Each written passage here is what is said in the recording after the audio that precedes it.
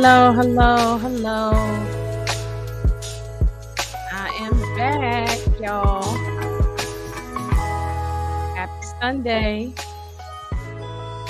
What's going on? Hey, Bobby, you back again? You just follow me all around YouTube, Barbara. I love it. Hey, Barb, Monica, Lemon Kush, what's going on? Puff Puff Pass, what's going on? Hey, Candy, what's up? What's up? What's up? All right, yes, please hit the like button on everybody's channel. Please, please, please hit the like button. Okay. Hey, Mr. Harris, what's going on?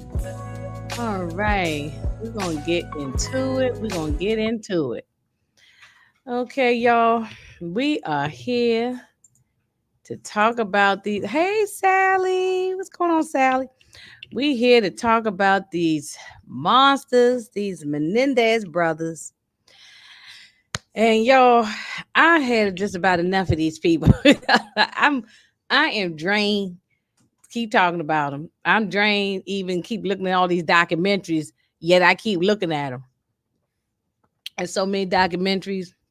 It's been tons of documentaries for the past few years, but it seemed like as of late, there's been more and more and more, and there's been lots of made-for-TV movies over the years about them as well.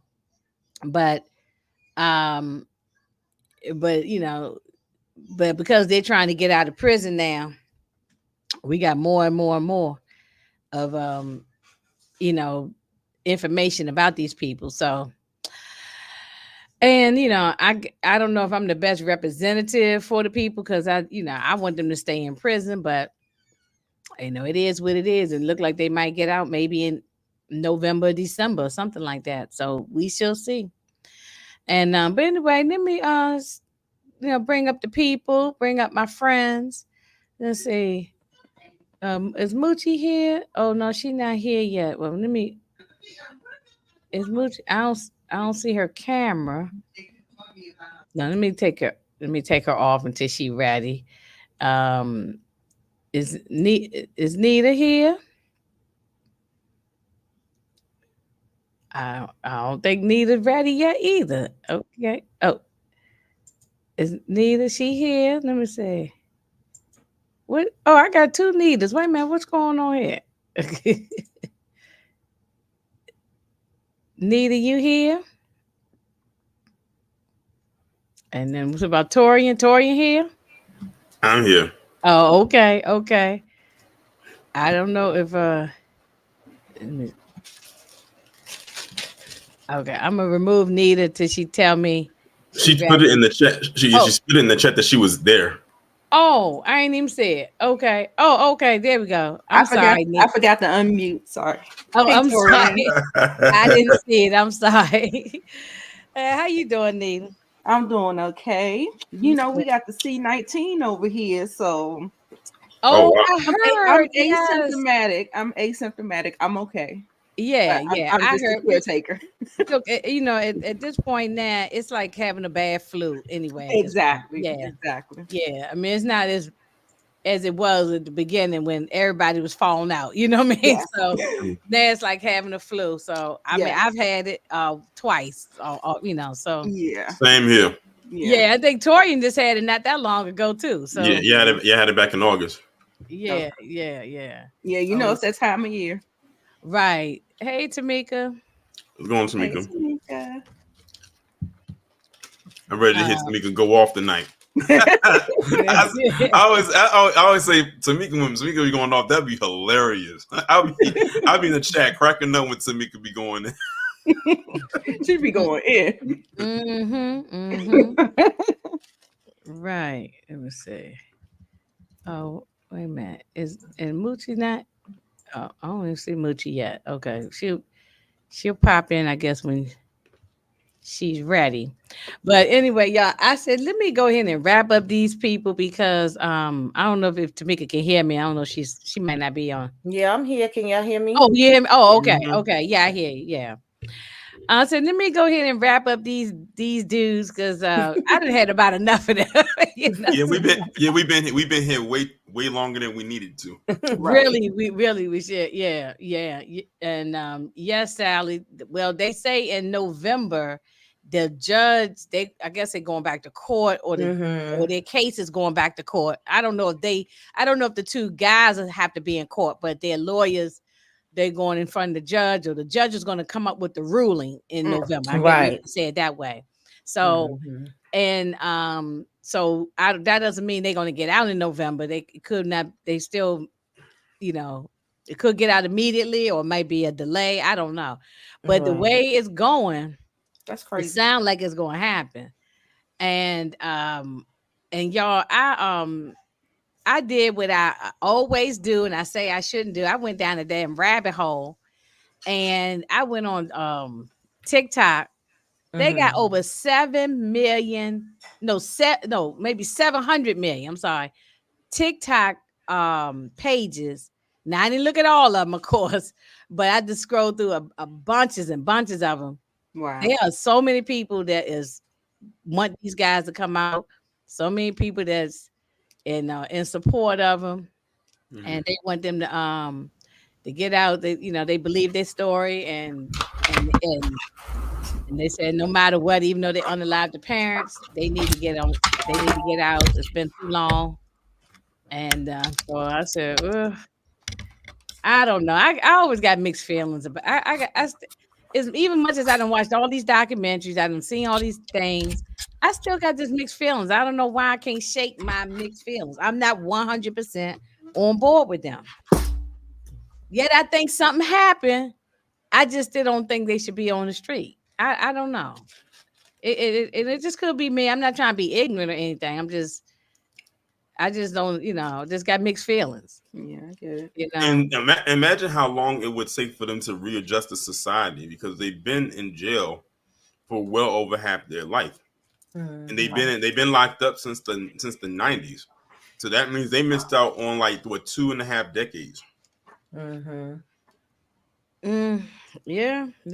I mean, they say they've done all this good work in behind bars and got their degrees, and and they got all these programs that they help others, victims, survivors, or whatever. They say they've done a whole lot of great things since they've been in there, which I'm glad. If you go, that's the whole point, is to be really rehabilitated. If you're going to most people don't get rehabilitated. They just come back and end up doing the same mess again, and it becomes a cycle of a revolving door. So I don't know. I do think something funky happened in that house. I just, and unfortunately, everybody on this panel and everybody in the world got their opinion. Everybody's opinion. Some people we for. Some people say they're against them.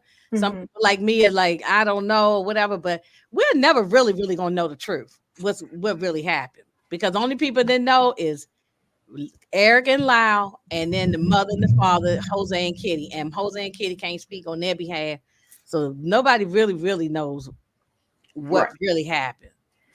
So yeah, we've been saying that since the beginning. I mean, I feel like I still feel the same that I've been feeling. This watching this didn't make me change on how I feel. I feel like something did happen as far as some of the accusations, but I still feel like you did what you did, and you had to pay for the crime.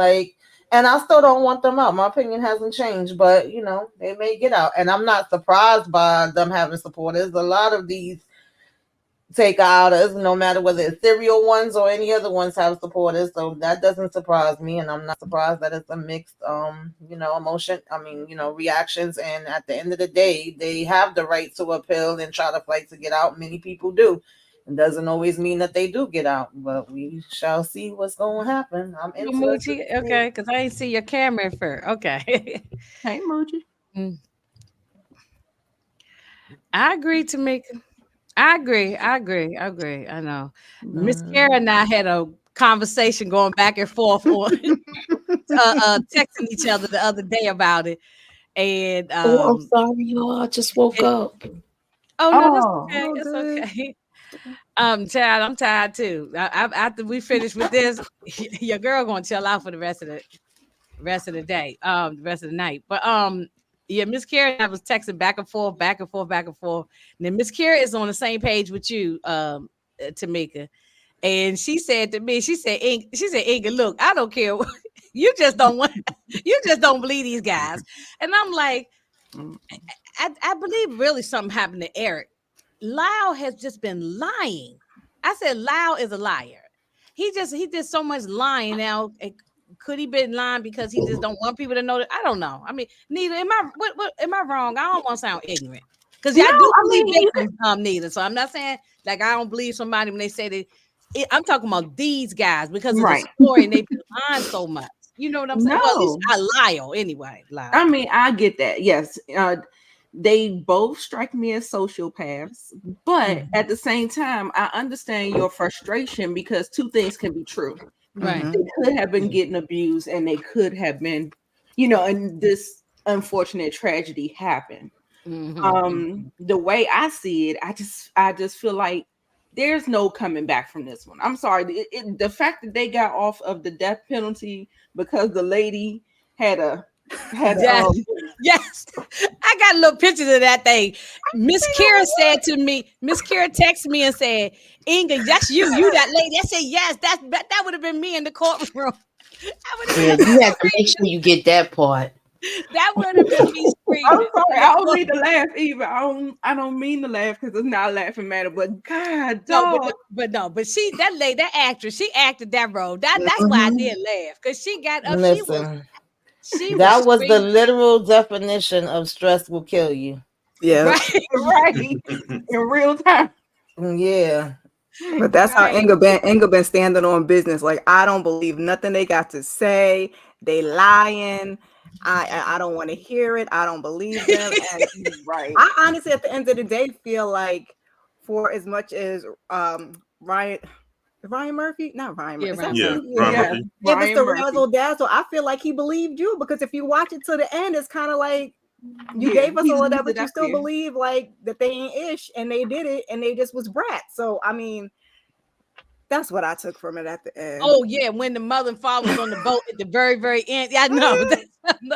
Yeah, it was interesting how he set it all up because he started out like it was a party and it was comedy and I don't know what was going on, and then when we got to that end, yep.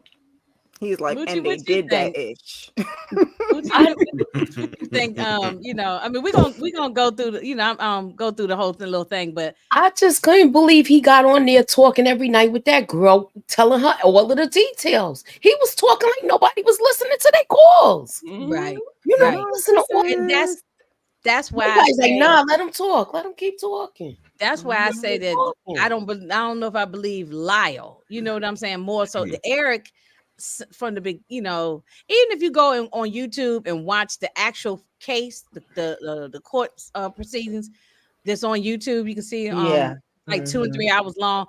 They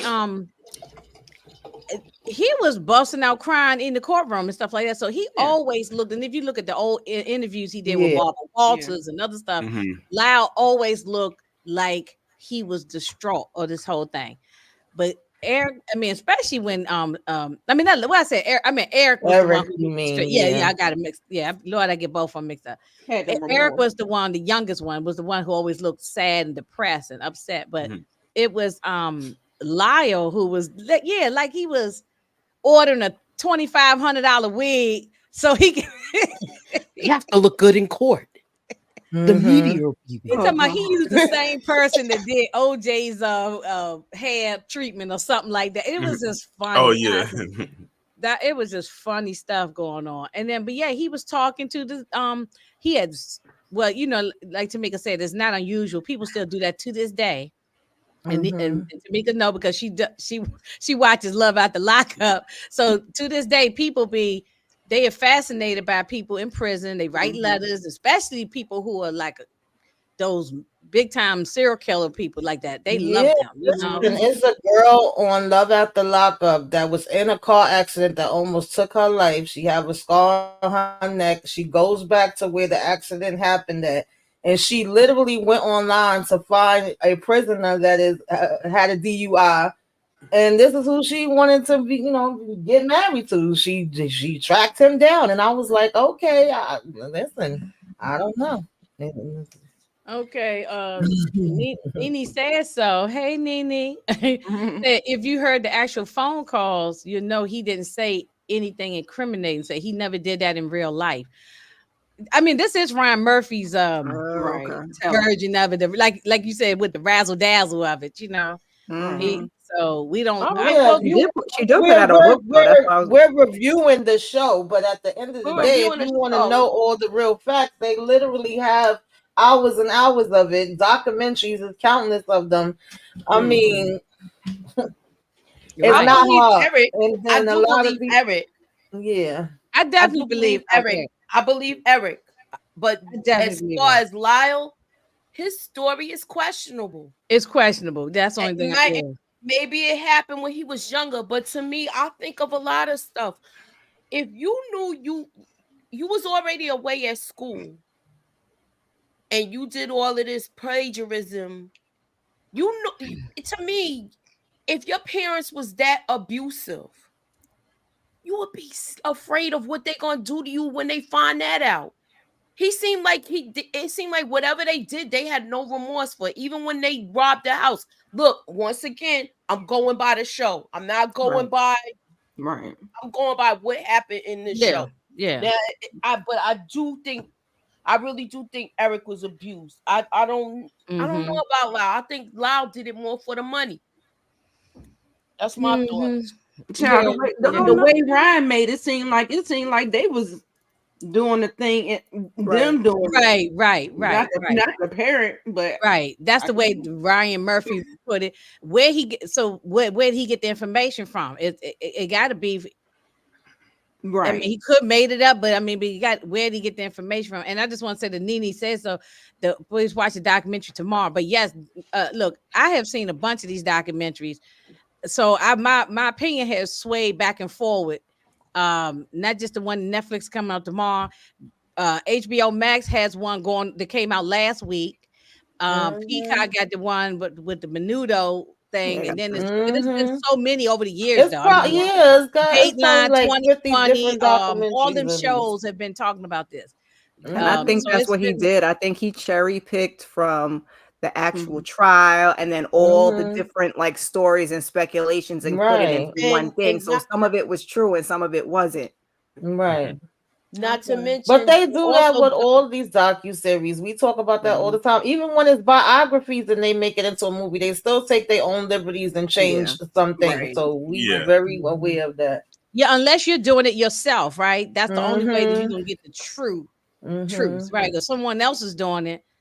If I do a documentary on y'all, I'm only probably gonna get 5% right, and the rest of it could be all made up stuff. So, but I also feel they took a little bit too much from Dominic Dunn, and he has a set opinion on this already. Right, he has a set opinion that he does not want to change. He wrote books, he wrote articles. He used to write for Vanity Fair, and he wrote books on this. So he could be from him too. He was one of the first ones to come out with a crime documentary show where he explains the things vivid like a novel. So I think that's where all the incest came from, was from him, to be perfectly honest with you. And then wasn't he supposedly in the closet or something like that? Allegedly. That's what they allegedly have other people. Yeah, I just say allegedly. I mean, that's what they say. I've heard that over the years about him, you know. I'm just saying all this is alleged. Even everything that we talking about is all alleged because none of us was there. We don't know, and the two people who could testify say anything about it, they're gone. So we don't. Nobody know. There's no cameras in the house, nothing. So we don't know. It's not like a case like Diddy or something where it's cameras and a whole lot of stuff. No, we don't know what really happened. You know. So, and I understand what you're saying. And Nene says so. Said Ryan. He didn't use a lot of the information from the court. I understand that. I mean, but they had to make it into an interesting TV. It's like a soap opera. So that's what they do. Exactly. True, up until the point where the kid had where Erik had the popsicle in his mouth, and they showed how that happened. So look, I do believe Erik, but Lyle, he seemed like I'm gonna be honest. I'm not gonna sugarcoat it. The way they portrayed him on here, he looked like a cocaine psychopath or something. Yeah, a psychopath, and he got off on all of this. It do seem that way. It do seem that way. And I feel like he manipulated his brother. He used that as like, now, like, I know we're gonna be disowned, so let me use this as the perfect example right now. That's the way they made it. That doesn't mean that it's that I'm right. I'm saying that, you're not right, but I'm agreeing with you. And Tori, you ain't really had to say anything. You got any opinion about it too? Oh no, I'm sorry. Go ahead. Miss Care, who was it? Miss Care was talking. No, I was just saying, like, I'm not on Lyle's side at all, but I just feel like being raised in the same household, you can get two entirely different perspectives, and people can handle things two different ways. So I feel like a lot of stuff that he did, I think they probably both sociopaths, to be perfectly honest. You can just see it more in him, and I feel like he handled things differently. Like the robberies and stuff was like he did things more so for attention. Than like Erik did from the dad, because he kind of looked up to the dad. At least that's what I'm taking from it. What's fact and fiction, we don't know, but this is like, that's the thing. That's just my opinion.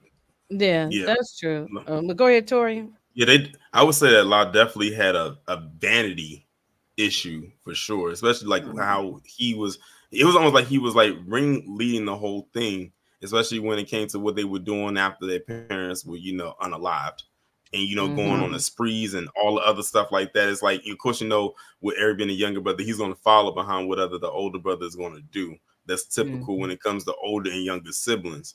So when I look at it from either side of the the aisle, at the end of the day, one thing we know for certain is both of them took out their parents. It wasn't just one or the other. Exactly. They decided to make a conscious decision to do what they did in a very brutal way. Like, and the thing is, they could have backed out of it if they wanted to, but they both decided, you know what, we already made it this far. Let's go the distance with it. And that's exactly what they did. So at least if we know if there's some shaky things with the stories and everything, one thing we know is for certain is that both of them took out their parents. Right. And we got like Dominic Dunn. It was this. So this is 7, 8, and 9. I'm just kind of combining them all together. So they mostly in order, the pictures and everything, but we just combined it and just talking about the rest of it in whole. But at the beginning of 7, it opens up with Dominic Dunn at his court case with his daughter, and that was the guy who allegedly I'm allegedly, even though I think he did do it, but allegedly that he took that was a tragic story, and I think that's why Dominic Dunn felt the way he felt about this situation is because what happened to his own daughter, which was very tragic, So, oh, absolutely. Everybody's gonna have a different perspective based off of their experiences. We talked about that many times, based off of what they went through, how they was brought up, all that different stuff comes into factor. I mean, you can't blame him after what happened to his daughter, for feeling a certain way. But even as this trial was going on, he started being like, wait a minute. But and initially it was like, oh, now we gonna say this and that happened. So I can't blame him. I probably would feel that same way too. Yeah, If you was in the same situation, you feel. I could see why he felt like that. He's biased, because of the situation. Yeah. And then this is when we're talking about. Now we don't know if this happened or not. That we only go sticking on this story that Lyle is talking to the girlfriend that he had when they were younger, and when he was like high school or whatever, the college, and then some of his friends, or I think this one guy's his cousin, the guy with the beard, I think, and the other guy I guess was a friend.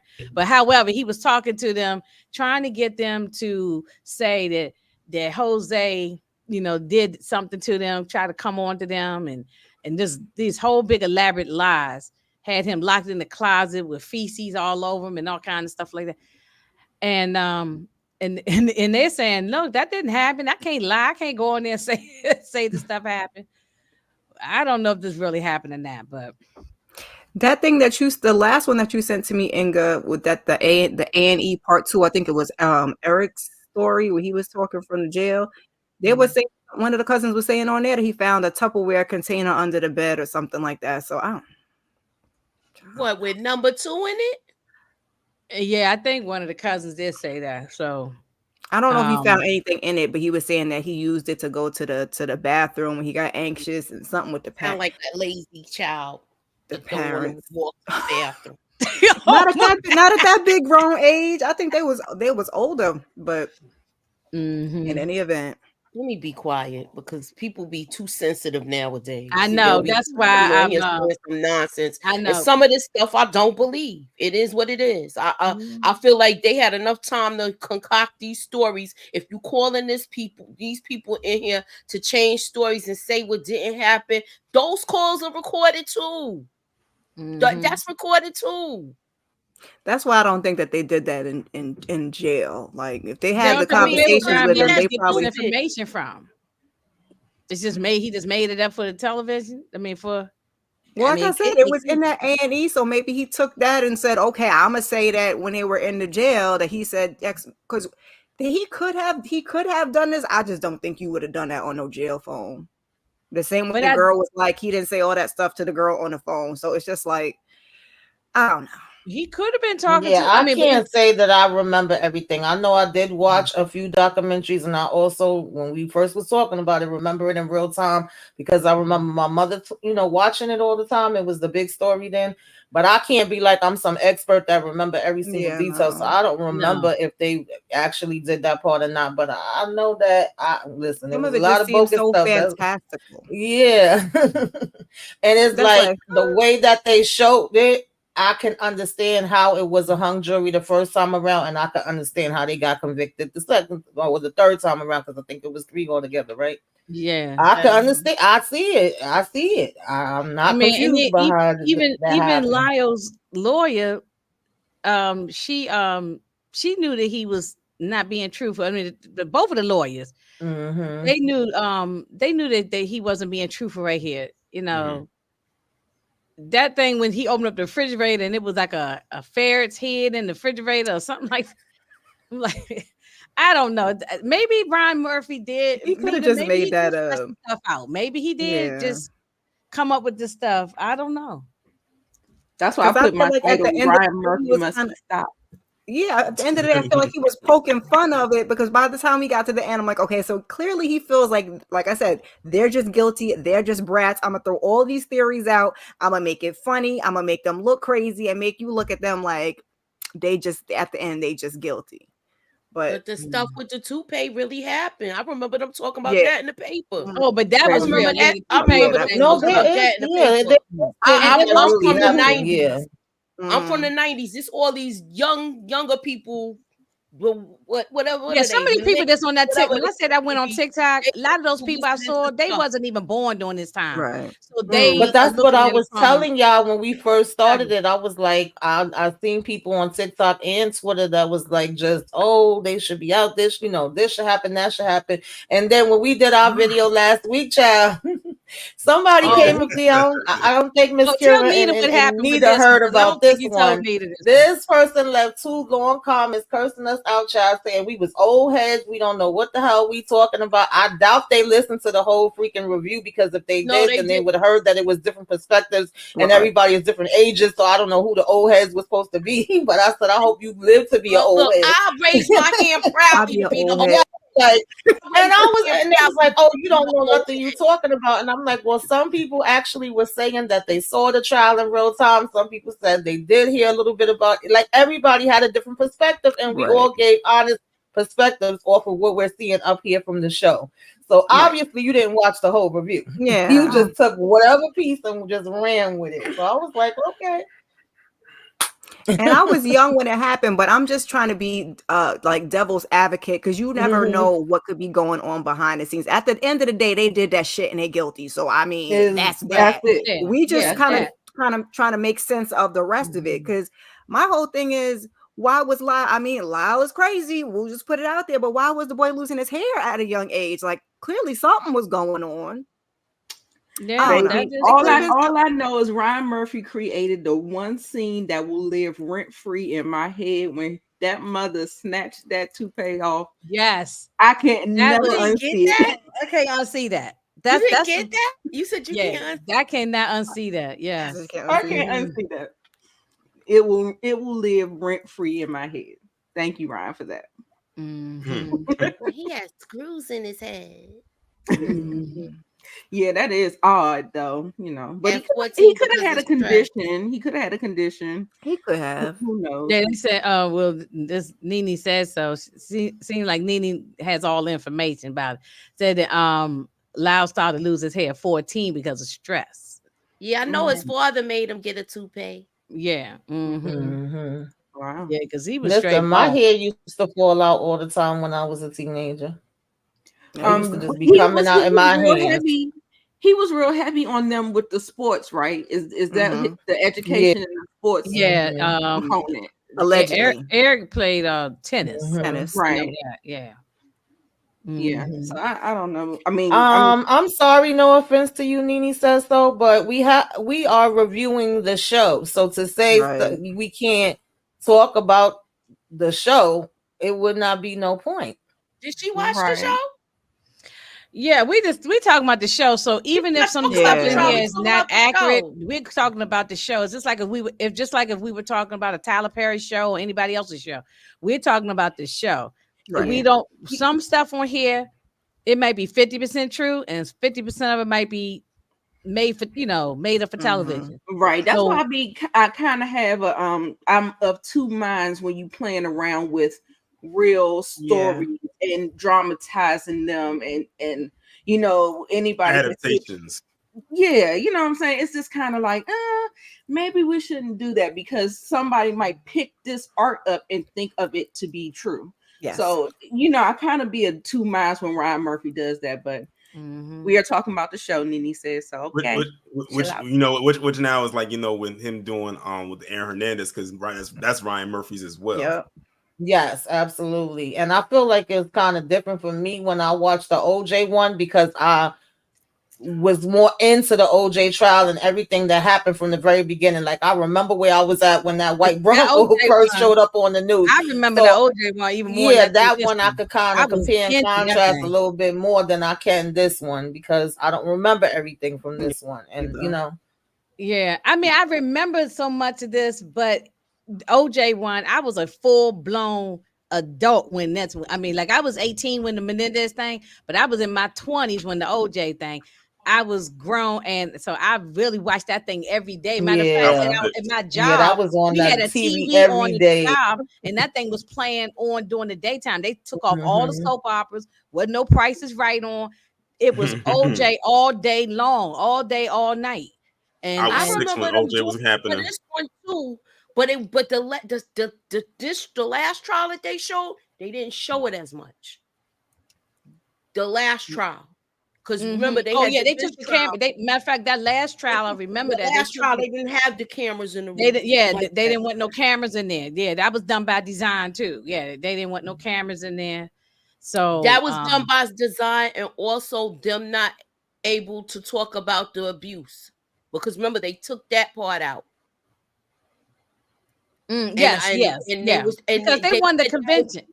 They wanted them to be convicted because they remember OJ got off. You had all these other people. There was a lot of things going on in LA at that time, in California at that time, and they needed a win because they were losing left and right.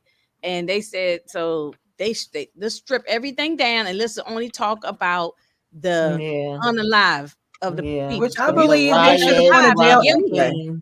Yeah. Which I believe they should have just let all that.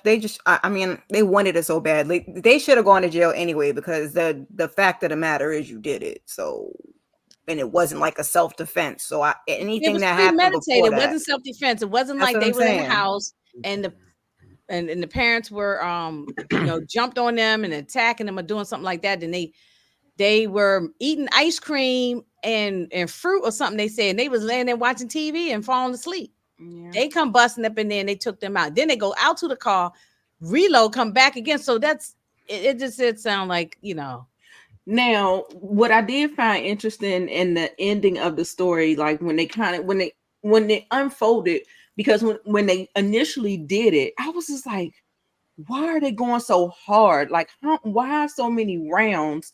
But in the courtroom, they said that they did it because they wanted to look like the mafia or something. Mm-hmm. Didn't they? Or even they explained it to one of their friends or something like that. And I was like, oh, is that the logic behind it?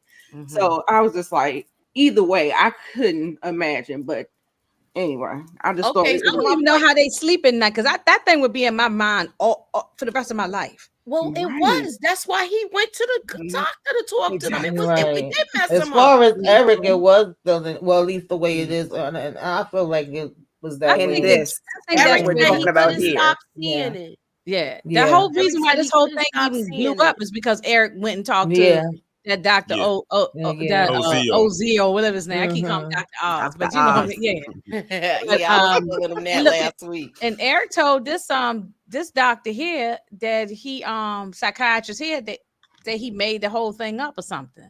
That he made up some part about, I forgot what scene it was. I mean, because he said, well, why would you do that? Why would you make it up or something? So at some point, I can't remember what part it was. Maybe y'all can remind me, but he told him that he made up some portion of the story. But I don't remember that. Yeah, he did tell him that he made up some portion of the story. But and then Lyle was getting all these letters from women, and that's when he started talking to women on the phone with all his roll of dimes that he has all the time. And also Erik was depressed because his man friend he had in prison is gone, and so he have him, with him. So he was depressed about that. But and this is just me being a hole. I said Lyle is making up lie after lie about what really happened that night. Right. I'm just going by the show. Like, we just speculating. We just going by the show now. Yeah. So don't kill us in the comments, y'all, please. Because we wasn't there and we don't know what happened. Yeah, we wasn't there. Nobody knows. Nobody was there. It was just the four of them. The mother, father, and Lyle and Erik. So only people know what's going on in that house was them. But let me ask y'all this: if the maid says she never heard them yelling at the kids, oh, she said that. They said that. Show. That's what she said in the trial. I'm just going by the trial because look, I know. Thank you, Candy. Enjoy the review, everybody. We don't need 60 Minutes or CNN disturbing the peace. That part. Oh yeah, I mean, this is when he told the his lawyer, they all talking to him, and he said, "Would you want me to cry? I can try and cry." It's almost that's what made me think being very performative.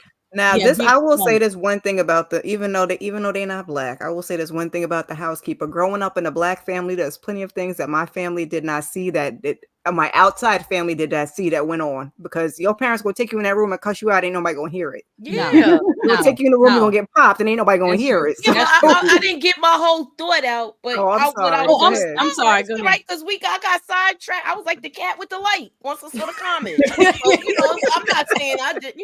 That's what my go ahead, Luigi. I'm sorry. Because I'm reading comments as I'm listening to y'all too, so I got sidetracked. That was on me. What was the rest of the statement? Look, like once again, I just became the cat with the little light. I got distracted. I'm curious. And then I'll come back to it. We got like Tamika and I talk about. We got swarms of women outside the courtroom or the courthouse or whatever, screaming for them like they rock stars. And Lyle in the show, we don't know what the real Lyle said, but in the show, Lyle said he was trying to figure out who gonna play him in the TV movie. In the movie. Yeah, and talking about Rob Lowe could play you and so could play me and all this stuff.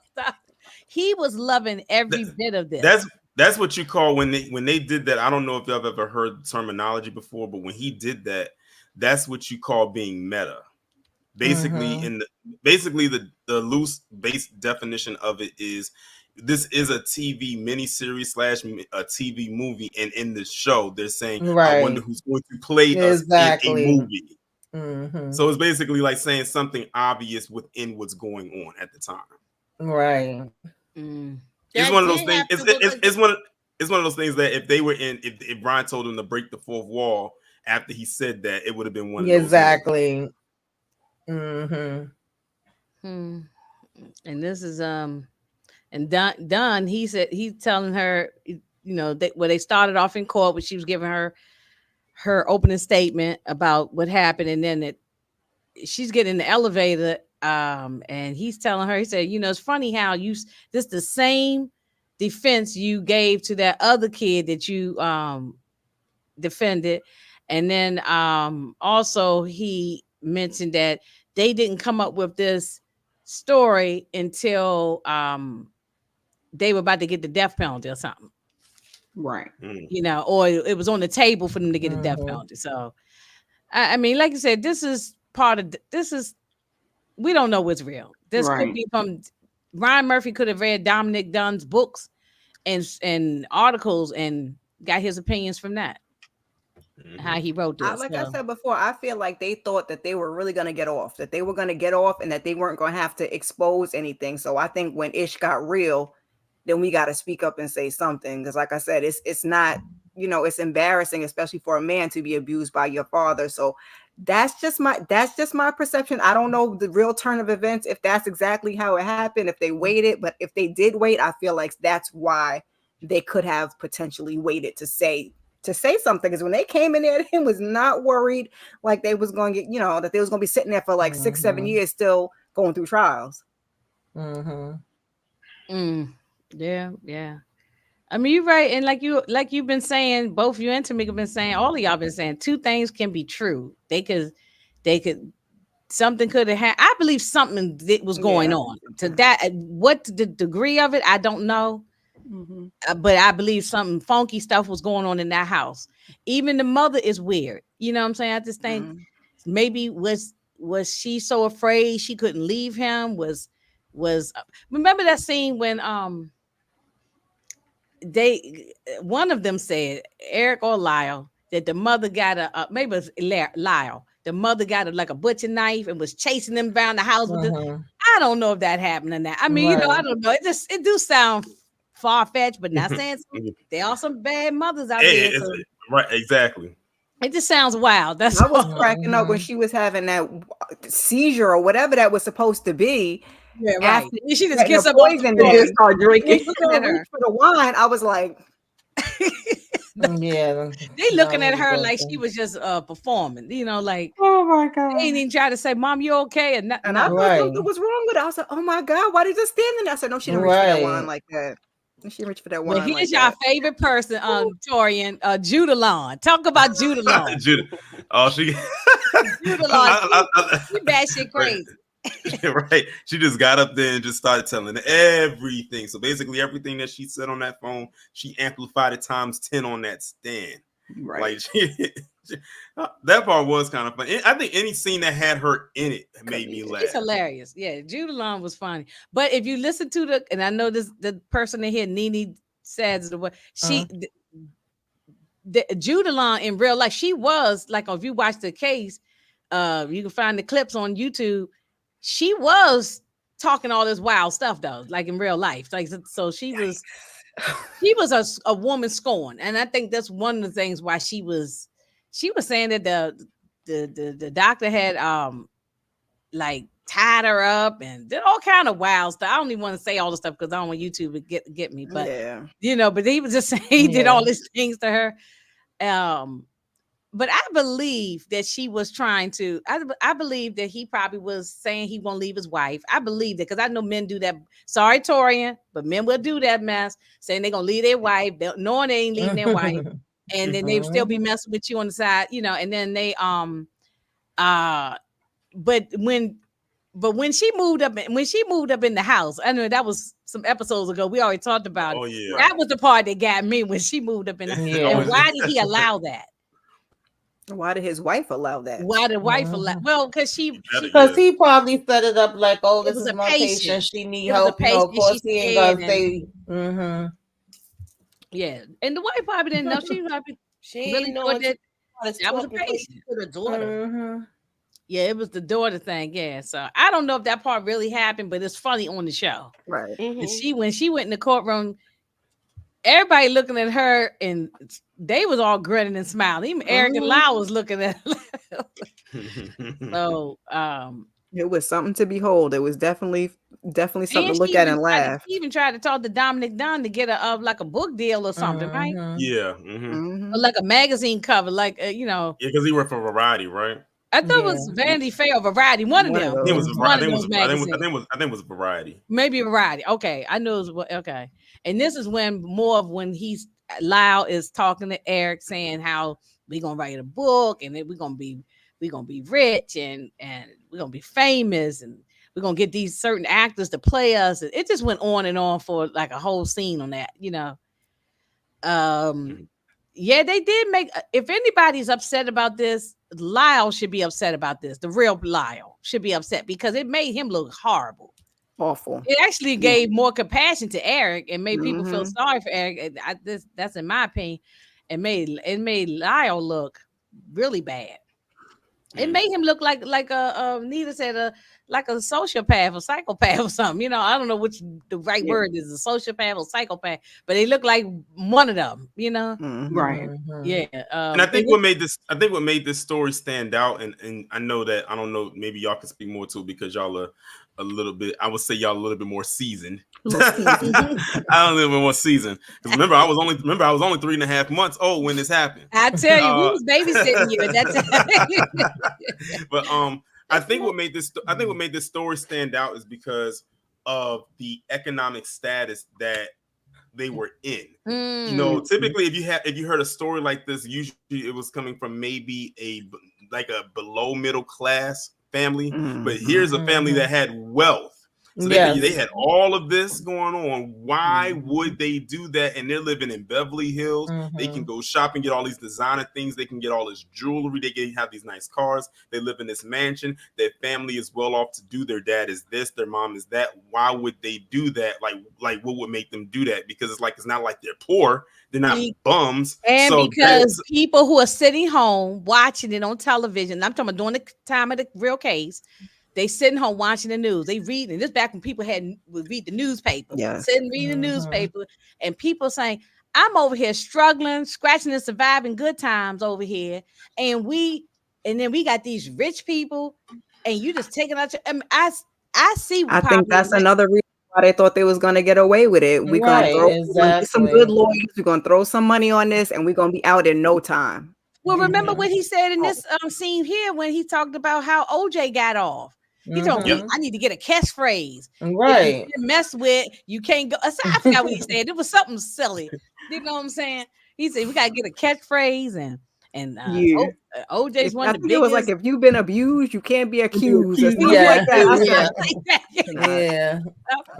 I'm like, okay, no. Yeah, so I think that was something that I didn't think about that when I was watching it. Like that thought literally just came into my mind right now as I was saying. I was like, and then when you got to think about it, that's why their lawyers were telling them when they was getting ready to get on the stand, they said, you have to make the people appeal to you because you're not relatable. Like you are in a whole nother tax bracket than the majority of people. You're in the 1%. So you gotta convince the other 99% that you are not guilty, or they can empathize and sympathize with you. Otherwise, they are not. Right. It was nothing that was there that they felt like they could sympathize with them with. It just came off like they was these spoiled brats, especially going and shopping and the things they did after it happened, like Rolexes and Mercedes Benz. The average person just can't go out here and buy. $750,000, yo. That's a lot of money. That's the worst thing they could have done, and they didn't even wait to spend it.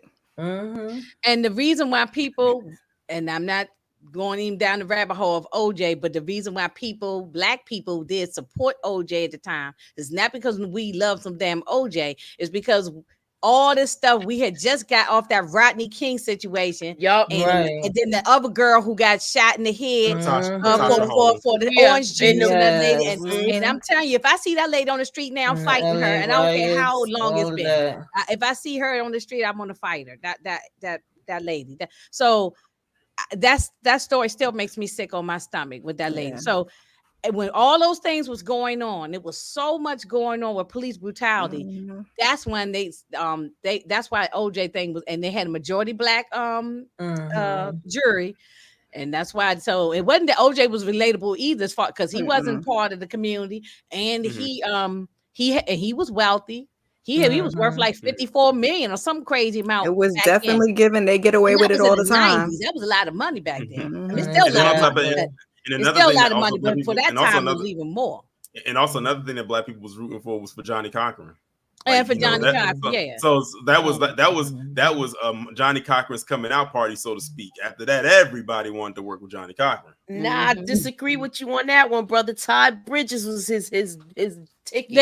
Yeah, and he had Michael Jackson before. You know what? He had Michael Jackson before. I forgot. I did forget about that. I forgot that Johnny Cochran did represent Michael Jackson. That happened in the 80s. Yeah. Right, but Johnny Cochran was doing a lot of great work before he started working with celebrities. He was doing a lot of civil rights work long before. The reason why I had brought up OJ is because that's the trial that everybody remembers. Because it was so out there. Like you talking about, this trial lasted a year, so and it was everywhere. Like you could not escape it. It was even my young 6-year-old self remembered when that trial was going on, because even the teachers in school could barely pay attention because all they could think about what was going on this day and that day of the OJ trial. I remember when the verdict came down. Yep, I remember the verdict came in. I was at my job, and y'all may call me ignorant, but we celebrated. I don't know why, because ain't like I'm no OJ person, but we were celebrating not because of OJ, it's because of a black man got off. It wasn't because of OJ. It wasn't. Listen, I remember that because I was staying at my mother's house at the time. I was pregnant with my son, I think. I don't remember, but I know I was at my mother's house and she was screaming, and the whole complex, like everybody was running outside screaming, beeping their horns. It was a party. For real. Yeah, I'm not saying this right. I was in high school. I did a little. I'm just telling you what it was for that time. Internal. Yeah, because I went to a Catholic school, very, very, this and not this. So they were up in arms, and I was like, I worked at a law firm, and the lawyers came out because we was doing collections. The lawyers came out, and he was like, he effing won. I know. They was just like, they was mad. Like, I don't believe it. If y'all want to get it, white people was mad, but if you want a good laugh, if you want a good laugh, just go on YouTube one day. It doesn't matter what day.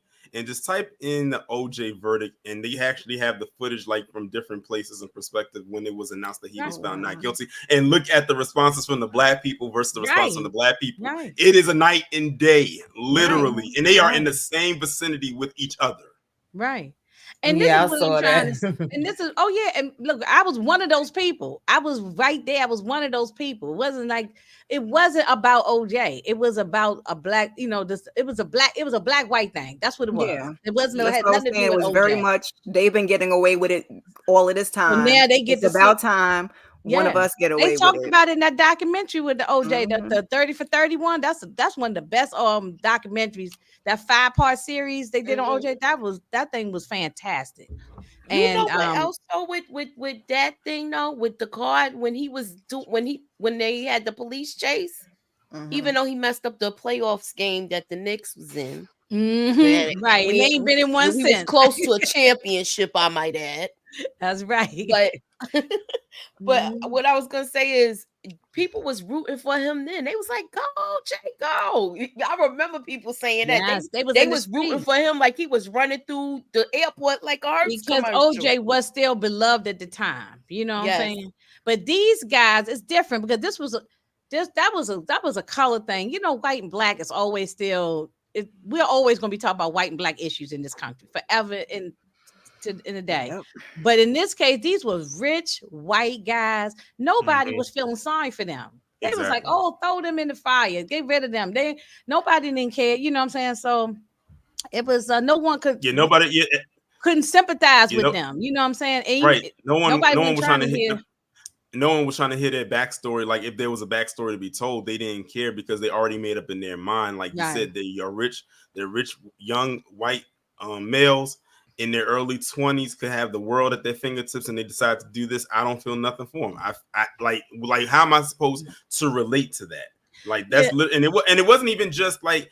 It wasn't even just black people that felt that way. It was even other white people who felt the same exact way. Yeah. It was a lot of people, but people. Like I said, it was just people as a whole that just did not, they said, how could they do something like that? They make up all these lies, like, and then they live because not all white people are wealthy like this too. There's regular hardworking, blues. Some of them, they know a lot of people couldn't relate. But even their lawyers even their lawyer was telling them that they said, you got to convince the people.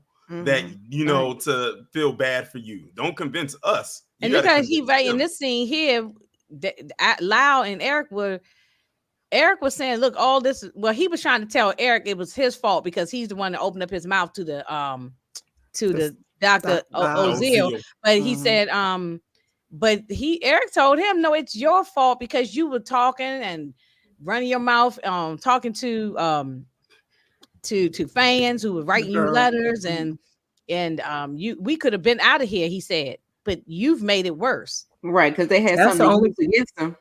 Right. That's the only thing they had in the corners, them little young girls and the mamas that felt bad that they were abused. That's the only people they had in the corner. Right. And then the other lawyer, she dropped out because they didn't have any money. Yeah. They didn't have any because didn't have access to the money anymore. So they didn't have any money, all the money dried up. And so she was pretty much doing this pro bono. And so they had to bring in a public defender, and he ain't do anything. He never opened up his mouth one time. He just sat there. that lawyer. But this is what I was gonna say to Nita was that if this was two black kids, I don't think nobody would be doing all these TikTok videos and everything trying to get them out. Two young black boys saying that they were abused. I think a lot of this, I mean, because I always think race is. I agree. I believe everything is a lot of it about race in this country, about a lot of stuff. Go with that. I think race plays a part in a lot of things that go on. Everything, So, economics does too, but race is first. This wasn't the only one. They had I think that if this was two black kids named Tyrone and Jamal, they would not be. They would just stone them away, and nobody would be doing no videos talking about, oh, let's get them out, and people wouldn't be in these comments cursing us out, saying that we wrong about things. I don't know. The only thing I know is that I know a lot of black women still wear their capes for. Not all. I know what you're saying. But they still have their capes on, and there could be a plethora of TikToks. It may not be from this side, but it probably be from this side. Yes. I don't know if they be getting out though. If they was, I don't know. I mean they got. No, I see it both. I just watched Good Morning America the other morning. I saw a little clip. They had a big old conversation about this thing is getting back big all over again. They don't, they throw us away like crazy. So I don't know if that's something they would have do all this. They still have the menudo aspect that they saying. Oh. They still have the menudo aspect that they have too. I'm sorry, Tamika. No, because now and one of the kids from Menudo came to their house. Yeah, and he true. I believe that Menudo stuff. Yeah, he was abused by that father, so they're gonna this is gonna be part of them reopening the case. So I want to see how this plays out as far as that. Will they be getting another trial? I don't know, but. I have problems with how they were spending the money afterwards. It was like they was dancing on their like dancing on their grave. We glad they gone, so let me spend up all the money. I don't know. I don't know. This part right here. Yeah, this is this my girl right here, because Miss Kira texted me and said, Inga, that's you right there. And I said, I cracked up laughing. I couldn't help but to laugh. That probably would have been me, especially at that time. Now, I'm swaying back and forward how I feel. In that time, though, I was dead set that no, I don't want to hear they guilty, throw them away. I was that late. Yeah, because the Asian woman right there in the bottom, she was the one that was saying, like, she was believing the story about the abuse and all of that stuff like that. But the woman with the red hair, and I thought it was very interesting that they made the woman with the red hair be the one to do it, because it's always the thing about the red-haired stepchild. Right. So I thought it was very interesting. I mean, that woman was going into the point where she had a whole heart attack. That's right. They're liars. Yeah, they're nothing but liars. Nene, I know you laugh. Come on now. I know this is a serious situation, but you can't tell me you ain't crack up laugh. That lady, we laughed in the beginning of the review. Yeah, she was. I mean, that would like that's talk about, like Tamika said, stress can kill you, man. Lord have mercy. She took it to another level. Yeah, it had a whole heart attack. Yeah, she said, "Let me see the picture of them sitting on the Jose's lap." She said, "I call this a Christmas card." I mean, it was just funny. Yeah, you know what? I said when I was looking at her, she also reminded me of Trunchbull from Matilda. All she needed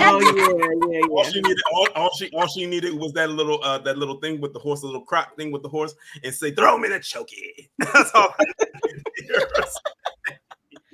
It was just funny, but anyway, they brought in this alternative. Anytime it's a jury a case, they always got to have a couple alternatives. Alternate. Alternate. Yeah, thank you. I said it wrong. Alternate. Yeah. And so they brought this guy, and he was the voice of reason. He was like, "Look, yes, they should go and go away to jail, but to prison, but he don't want that on his conscience of them putting them to death." I'm kind of on that too. I'm not for that death penalty because of the fact that there's so many people we find out now, people getting out 30, 40 years and turn out they was innocent. Right. And that's what the other lady was saying too. But so that's what the other lady with the bayang was saying too. But the one with the red hair was going off so much they wasn't even listening to her, because she was like, "Well, what if this actually happened?" And then the bayang. Yeah, with the bayang. I was right there with. I was like, "Yeah, you don't want that on your cat." But they weren't trying to hear her. Yeah, the death penalty, I couldn't put that on my conscience. I could put somebody in life in prison, right. But not the death, because I'm like, what is that slight chance that they could be? I just couldn't, like, who am I to tell somebody to not unless they're Jeffrey Dahmer.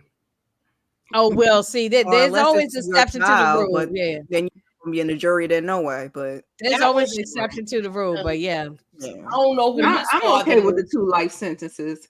Right. Even though they were adults, they still feel like they fall in the children category, that they weren't fully, like, So I wouldn't want to put someone that young to the unalive. They say they wasn't that, their IQ level wasn't that high. Something they made some type of reference about them not having.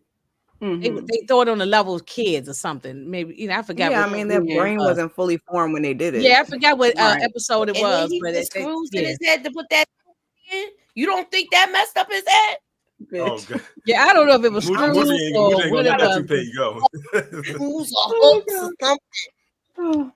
think they said it was something like hooks, but still, same difference. That is still just looks crazy. I don't know. Well, they end up giving them 2 life sentences. No possibility of also in the scene right here, because this is after they found them guilty, but that judge was not trying to listen to any objection. Oh yeah. It was at that point, I think they were tired of it and they wanted them to be found guilty no matter what. So the judge objected to everything. To the point where she started doodling on her little pad. She was going hangman or something. Objection. Objection. Overruled. Just sit back in her Overruled. chair. Overruled. Yeah. Like, no, Overruled. sit down. That's literally all. Well, That's she knew literally she all. wasn't gonna win the case. Yeah, like when I saw She knew she when I wasn't saw gonna that was going on, I said, yeah, the judge, he's over it. He wants them to be found guilty, and if he allow her objections to go through, it would have probably been another hung jury. So he said, you know what? Object. She said, overruled to every objection you give. Even Right. though And the the second case, they changed the prosecutor because the first one was a woman, but they what's the guy I like that guy, last one. I the like same the guy I that like was the in one. charge of the OJ like- thing. What was his name? Gail Carcati or whatever his name. He was the district attorney, whatever he was. Yeah, I liked him. He Brought this guy about in. his business. Yeah, he brought this guy in. What because this the other- attorney? Yeah, Yeah, he was good. he was good. He He wasn't was like, playing with them. he said, I don't care about trying to convince y'all about no motive. That is not my job. I'm here to prove that they did this. I said, oh. Yeah, and they admitted they did it. Yeah, so it wasn't. It should have been a case closed early on. He even snapped on her like one time when she kept trying to object. Like before the judge could really say anything, he I forgot what he had said to her, but he raised his voice at her. I do know that. But like I said, they were just wanted to be over it. Like the trial had dragged on for so long. They said, let's just find these two guilty so we can move on to the next case because we already been here too long. We've been sitting in these seats too long. I have a butt print right in here. Like, right. This is my seat. Like, this is my seat now. It don't even have my name on it. So let's move this thing along so we can get to the next case. They spent a lot of money on this case, and they just said, oh yeah. I'm sure this case probably cost a lot of money. Yes. So in the middle, so they knew they were gonna get convicted. They knew it, and the lawyer Leslie, she knew it. It was. I think she had already prepared them. They knew they wasn't getting out. So by this time, and so they laying up in their prison cells, and next thing you know, you hear Milli Vanilli again. The dream is over. The dream is over. Tragedy for me to see. The dream is over. Yeah, I was jamming. I was right now. I'm gonna miss you. And they got them out of bed at like it was like I think it was like in at 3 a.m. middle of the night, crack of dawn or something. They said we got a long ride. And he said told Erik we're going to Folsom, and the other one was going somewhere else. But he didn't know that at first. They thought they was going to the same place, and then they get in the cars. The vans. And I seen this on the other TV, one of the other TV movies I sent you, Miss Cares, another made for TV movie on them. The same thing happened. They got in the van, and one van went one way, another van went the other way. Went to the right. Yep. Yes, and my heart would have broke. Oh, yeah. They tried to make us. They tried to make us cry here. Cry right here. That's I was getting. They tried to make us in the brain because that's what they were trying to do at this point right here was to try to humanize them. Yes, there when they had when you see they split. But how they shot that because it's like it was an over like a aerial shot and you see the vans coming out at the same time, but then they're separating. And this is like the first time that they really technically now truly been separated. I don't really count when they were not together or next to each other. No, because they were still in the same because it's in the same prison. Right? Yeah, and they saw each other in court every day and stuff like but. So this was the first time ever where they were truly separated. One went one place and one went to another. And they didn't want them together because they felt that they would be trying to come up with that escape plan again. Like they I'm still cracking up when they said, when we get out of here, we're gonna go here. We can get some plastic surgery. We can get these wigs. I know. Ain't looking like Fabio. The delusions of grandeur. Yeah, and so that was pretty much the end of that one. So they I don't know so overall, did y'all like the Ryan Murphy version of it? Because there's been a lot of other TV movies of it and documentaries, but just his version of it. What y'all think? I felt like Dominic Dunn's hands was too much in this. Yeah, this is probably the first actual like at full length anything that I've watched pertaining to the men. You want to know when I first learned about the Menendez brothers? Y'all probably gonna laugh at this. It was an episode of The Fresh Prince back in the first season, and now you got to think Fresh Prince came out in 1990. so that means that they were probably filming episodes in late '89, which was right They around was the filming time when this was happened, happening. when this was going on. So it was a scene in there where Uncle Phil was talking to Hillary, Ashley, and Carlton. I don't know if he was talking to them directly in the scene, but he was referring to them. And he said something along the lines of, he said, I knew I should have never let y'all hang out with those Menendez brothers. Yeah, if y'all go back and watch the first season, it was in the first season. And that's when I first learned about them. And I was like, why would he say that? Because I was like, who are they? And then now, years later, when I learned about it, I was like, oh, now I know why he said that. And the response from the audience was hilarious because they were like, it was a mixture of and people laughing at the same time because it was fresh. It was a fresh story. Yeah, I said, well, and it would make sense because they lived in Bel Air and his brothers lived in Beverly Hills. Mm-hmm.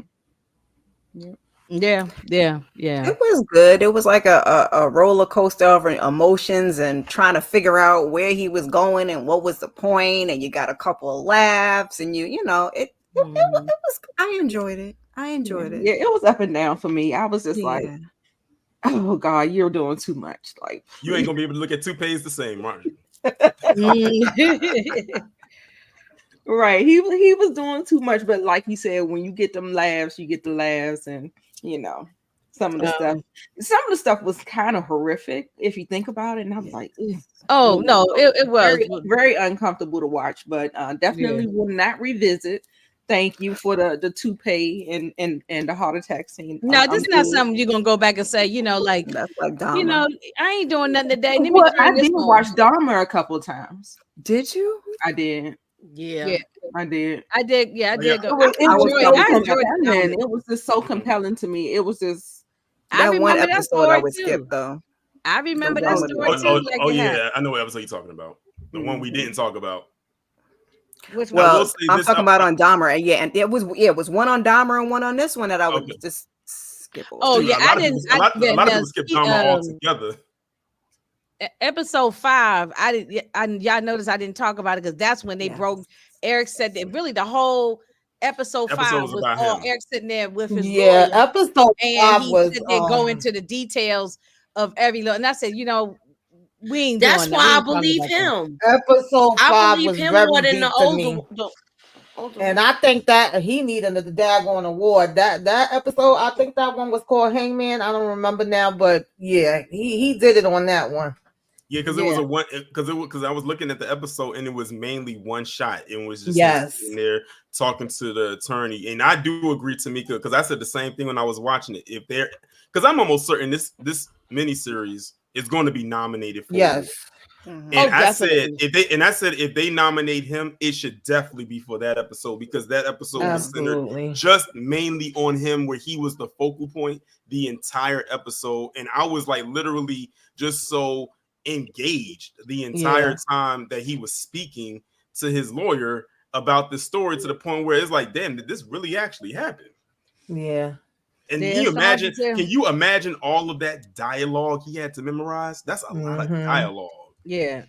Erik had a lot of stuff to remember. I mean, the actor who played Erik, and I saw an interview with him. He said he met with him in person.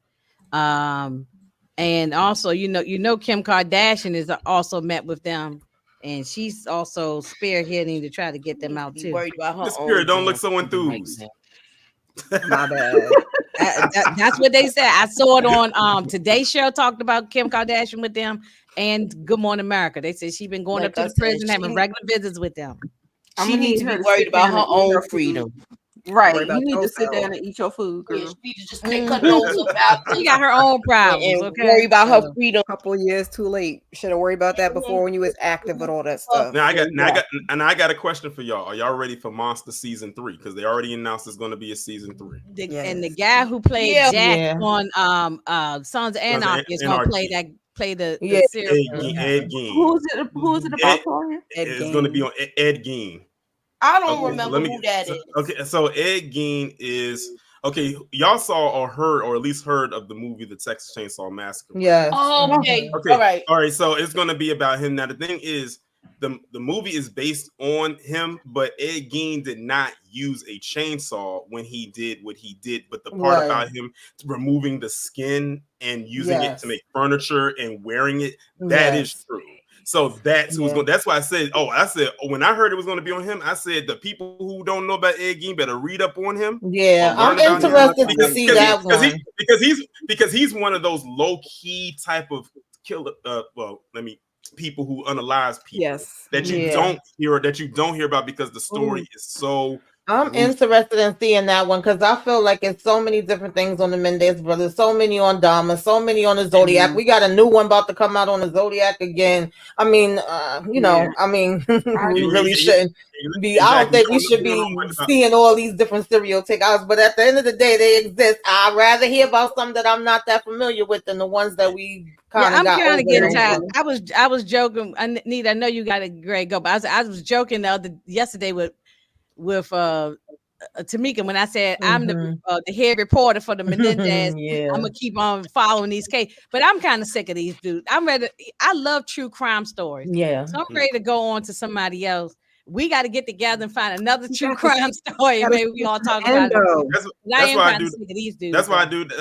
That's why every other Sunday on Rumble I do my True Crime Sunday. Now I got the next True Crime Sunday will be next Sunday, a week from today. Okay. Yeah. So and I try to make sure it's on like different crimes, and it doesn't even have to necessarily be on someone who took somebody out. It could be even much as someone committing a massive amount of fraud. Like I did one on Bernie Madoff. What's the irony that his last name is Madoff? Because that's exactly what he did. He made off with billions of other people's money. So, and I know exactly. Moochie and Mascara and Tamika, y'all know him all too well because that happened in y'all state. So I'm sure y'all remember when that was going down. So I try to like do that. To make in that too. Yeah. Whew. And I watch all these crazy. Did y'all see that? Did y'all see that movie, The Wizard of Lies? Is that the one on Matt? De Niro? The one Bob De Niro, he played that role. That was and before Robert De Niro was even cast to play that part, I said if they ever made a movie about Bernie Madoff, don't look no further than Robert De Niro because he looks just like Bernie Madoff. Tori, hang on one second. Nita got to get ready to go. He played a good Phil Spector too. Look, he putting me on games. He played a good Phil Spector. They did the Phil Spector. Oh yeah, that Phil Spector one was real good. That's a good documentary too. Hang on, Nita got to get ready. Girl, he can wait. He can wait. Okay. I didn't want to we hold you up. Okay. I would say that this one was an interesting take. I mean, everybody got their opinions with Ryan Murphy, and I definitely see some of the points, definitely. But I did feel like it was a different feel when it came to Dahmer, OJ, Versace, and those compared to this one. This was definitely, I don't know what made him go this route, but it definitely, maybe because it was so violent as the parents, I don't know, but it was like definitely, as Miss Kira said, the razzle dazzle and the comedy, and it was just like a mixture of all different kind of things going on. How to take it. And because it started out that way, I think a lot of people didn't really watch it all the way through because I've seen people already going off, like I told y'all when we first started it, just with watching the beginning, and they was like, oh, he could rot in hell, F him, he got them this way and that way. But I feel like maybe if they would have watched it all the way to the end, maybe they would have had a different perspective. I went down a rabbit hole on TikTok about it, and but you definitely had to watch it to the end because he's like, dun, dun, dun, dun. They did that at the very end. At the very end, after they showed them going away off in the vans, they had one more scene on the end. If people might have clicked off and didn't see it, I think they showed them on the boat, and they made it seem like he wanted her to go back to work or something. And he was going to run for Senate or whatever it was. And then those two sitting on top of the boat talking about, tonight's the night. We're going to take them out tonight. You got the guns. I believe that's how he truly felt.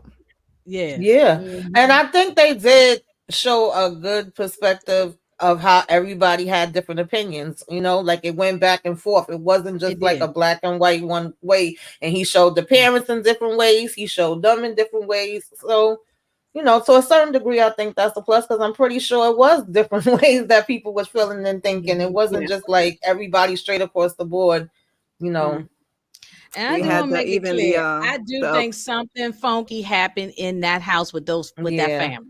You know, I think things was going, and I believe the Menudo guy who came out. Yes, I do not believe. just him, and some other ones too. Then Ricky Martin said things. I believe something was going. We know things happen not out just here with in this Jose. industry, I mean, even the other guy, but the other manager who Eduardo or whatever his name was.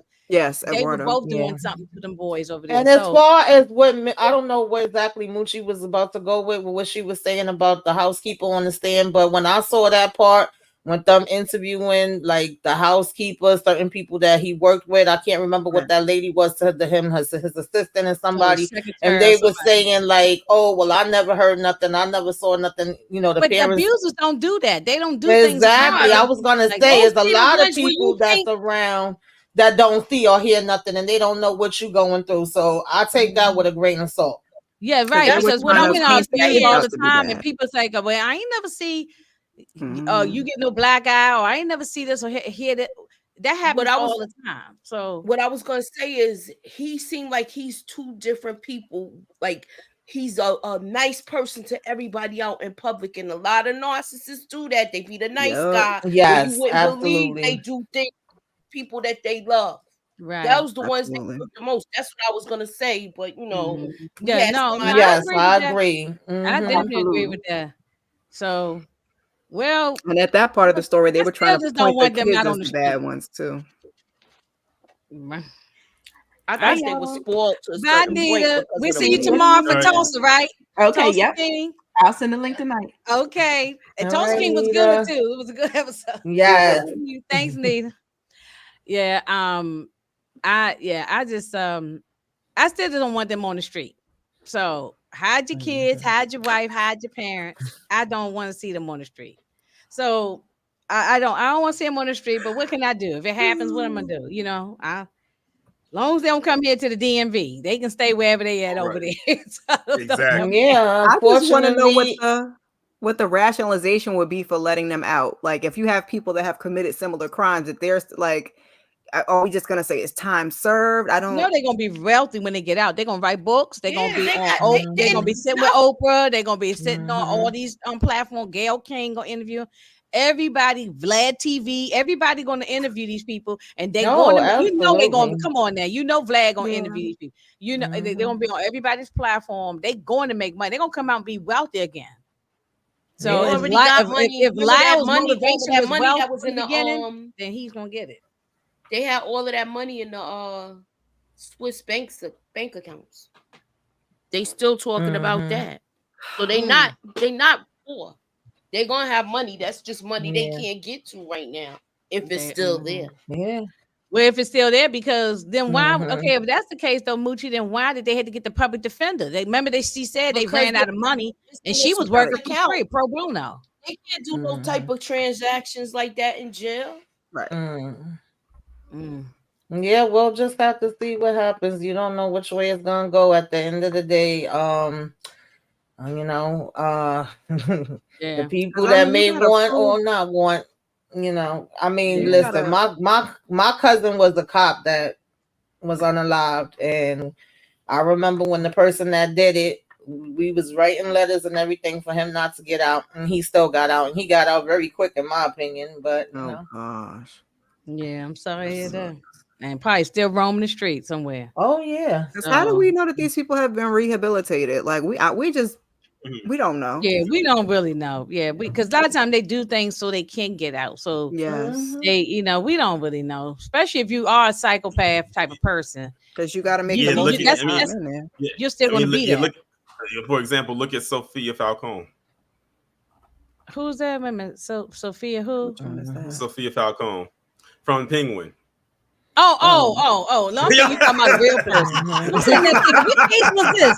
I'm sitting there thinking, what case was that? Yeah, Penguin is good. We're going to talk about that. But I was thinking you're talking about a real, but no, but you're right. We don't know these people real, but we don't know. We don't know. We're going to sit back and see, y'all, we're going to probably all be texting each other and say, y'all, breaking news. They out on the street. So we'll see. They better not.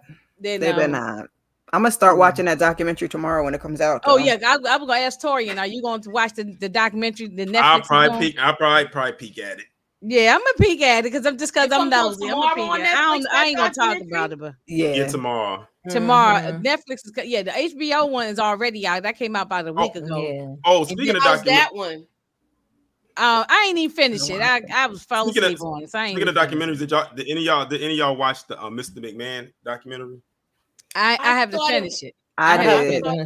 I did too. I'm gonna be honest with you. That did I'm bring on back some episode memories. 2, I think. I'm on episode 2. When I was watching that, especially as a person who was a wrestling fan back in the day, like the Attitude Era was my era right there. So it was interesting watching that and learning some things I did not know. Now I will say this: that documentary is like a glamour for Vince McMahon up into the last episode. Yes. Which is Okay, I'm the on last maybe. The last episode is where they really get into the allegations and the scandal of all of. And I wanted more. Yeah. He looks terrible too. When he had all this plastic surgery on his face or something, he looked terrible. He looks bad.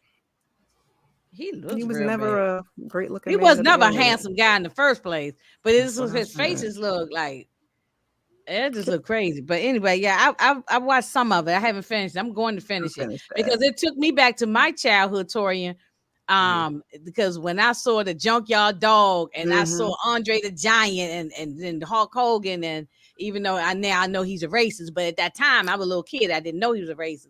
And then when I saw Tony Atlas, I'm like, damn, I thought he was passed away. I didn't even know he was still alive. He's still. I did not know that till I saw him. I watched. Those are the people. That's my generation. I was a little kid watching them guys, Superfly. Yeah, I watched the older. People. And then I watched again. Dark Side of the Ring. He's on a couple of those. Oh, okay. Yeah, Tony Atlas. That was the guy back in the day. Those are really good to me because WWE has no parts of it. That's why they started doing their stuff after Dark Side of the Ring, because a lot of the truth was coming out.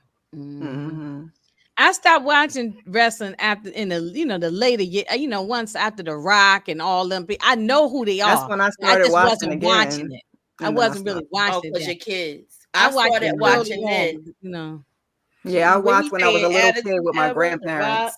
And then I watched again when Rock was coming out. When he turned heel, or with him and Stone Cold Steve Austin. My son used to imitate him, and that was my answer machine greeting. It doesn't matter what your name is. He used to say, he was like, leave a name, leave a number, and then be like, it doesn't listen, matter when we was kids, like in school, like in middle school, preferably, when you had D-Generation X with Triple H and Shawn Michaels, when we do the suck it, man, we used to get in trouble for doing that. Yeah. I am gonna finish that. I'm gonna finish. I don't know if I'll recap it, but I'm gonna finish watching it anyway. I'm not sure if I'll recap it though, but anyway, anybody got anything interesting coming up for this week? Because I'm gonna be busy every day this week. Yeah, we got. Well, for me, tomorrow I'm gonna be uploading. Well, actually, tomorrow I got my video that I'm gonna be uploading about Amber Geiger. She's unfortunately eligible for parole after being in prison for 6 years of a 10-year sentence, and they don't want her to get. Hopefully, they don't let her out, because honestly, 10 years wasn't even long enough to get her. She shouldn't get out at all. No, she shouldn't get out at all. She shouldn't get out at all. Because now, look, 3 of those happened. 3 more of those happened since her. So it's like they trying to make that the norm. Right. A couple of days ago, the same thing happened in Atlanta with a cop going in some people's house, but this one didn't. He ended up getting hit back. Forget that lady. We don't want her out. But as a matter of fact, it's funny you mentioned that, Moochie, because someone has sent me a story, and I'm gonna probably talk about it, where it was some cop, I forgot what state he was in. He was off duty. He went into somebody's home and tried to rob it. That's the one I'm talking about. Okay. Oh, all right. Then we think back with some hot ones. Yeah. Okay. So so cool. We talking about the same thing. And also tomorrow I'm gonna be talking about the governor of California, Gavin Newsom, and him vetoing a bill for Black families to get their farmland back. I heard about that. Yeah. I saw a little snippet about that. Yeah. So I'm gonna be that's what I'm gonna be talking about tomorrow. Okay. To make anything you got going on this week? Yes, if y'all didn't see it yesterday, I did Self-Care Saturday talking about breast cancer awareness, DV awareness. October is the awareness month for both of those. Check it out if you didn't see it. my what you should be watching. Then I did my quick thoughts on Zatima, Reasonable Doubt. My Love After Lockup is up. I'm gonna do Power later tonight. Probably just gonna record it and put it up. Then tomorrow I'm with EJ from talking about From. I don't know. I'm with the ladies this week. I'll be doing something every day too. I can't even remember everything. I know we talking about so much. From. We talking about Reasonable Doubt. We talking about Found. I think Power. Power's the team, like Charles, a lot going on all through the week. So make sure y'all coming in, y'all tuning in, y'all hitting that like, you're subscribing. What about you, Miss Kara? Who, child? Still playing catch up with Reasonable Doubt. I'll get there eventually. I closed out Power last night. I did a live episode of Found season 2, episode 1, and I'll also be doing a panel with Candy and Aries later on this evening. And also, I'm trying to get to Love Is Blind season 7, episodes 1 through 6. I'll probably just pop up as a live and just get that out the way. Tori, you see this message here from Barbara Johnson? Mm-hmm. She said people in California, they upset about that governor. I did hear about that. And y'all should be. Y'all should be. Because, and I forgot what he was trying to do. Like something else happened. I'm gonna talk about it tomorrow. Mm-hmm. I got my, so Barbara, follow Torian because he be having all the information. Mm-hmm. Yeah, he be follow him. I hope they're not giving this stuff to the migrants. Ooh, don't say that. I don't know, oh Lord. It just seems like they doing that to get us to fight each other. That tracks. Mm-hmm. Well, Moochie, what you got going on? Please come through tomorrow. We're gonna be talking about Power. We got a round table. We're gonna just talk about the whole, basically the last episode retrospect, and also maybe the timeline and what's gonna go on and where is Tariq going. So we're gonna discuss a lot of things. I also had an upload with Ray J talking about that. Tuesday is trending topics. We're gonna be talking about a bunch of stuff. I might have a Diddy update, don't know, but we'll be talking about that. Thursday we are doing Robin. That's a 2B thing. I'm gonna put something up in my community tabs because y'all got to know what's going on the channel. So keep y'all notifications on and holler at your girl. All right. And it's like a new episode of Penguin tonight. Yes, yes, because I'm gonna be talking about that. Yeah, so I'm gonna watch that. So Tulsa King tomorrow with Nita and Moochie gonna do, like you said, the round table for Power. Tuesday, I'm gonna do a double hitter of Fight Night because I'm doing it with Monique 69 Ways. Then I'm also getting in the car and driving over to the other platform and going over to with the ladies and do it with them. Wednesday, Aaron Hernandez, and then Thursday, I'm going to, along with Robin, but I'm also gonna be talking about Penguin on Thursday. Anybody want to join me, Ken? Okay. I'm gonna talk about Penguin, and then let me see. Just kind of like a little brief for the first 3 episodes, not scene by scene, but just kind of talk about the characters and stuff.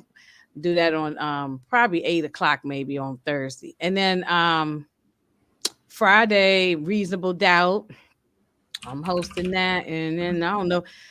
I'm glad to stop talking. I mean, after this week of Power, I don't want to be talking about no more Power. Move on from that. So we'll find something else. It'll just be on and on. It'll be on and on. It'll be some other stuff. Yeah. So yeah, I don't know why, Barbara. I'm picking up another show. I don't need to pick up another show, but I'm gonna pick up Penguin because it was good. It did hold my attention. It is good. It was very good. So I saw the first 2 over the weekend, and I'm gonna watch this third one. And then try to talk about that on Thursday. So, but yeah, so that's what's gonna be going on. It's gonna be busy. It's gonna be a busy week. Look like this month gonna be just as busy as September was. So, so that's what's going on. And I appreciate y'all talking about these crazy brothers. So we'll be doing an update. I guess if they walk in the street, we'll find out what's going on the next couple of months with them. So, because it looked like it ain't no end to it with all these shows, with these documentaries and whatnot. Oh, if they get out, are we gonna revisit this?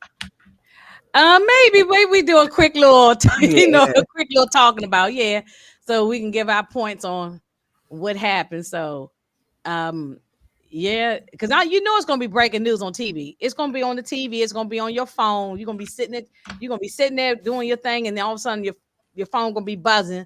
Breaking news: Menendez is out. Just so it's gonna be talked about. So yeah, I guess we had to talk about it. Yeah, we'll get together and talk about it, even if it's just for a quick moment. But yeah. So that's all I got. I ain't gas no more.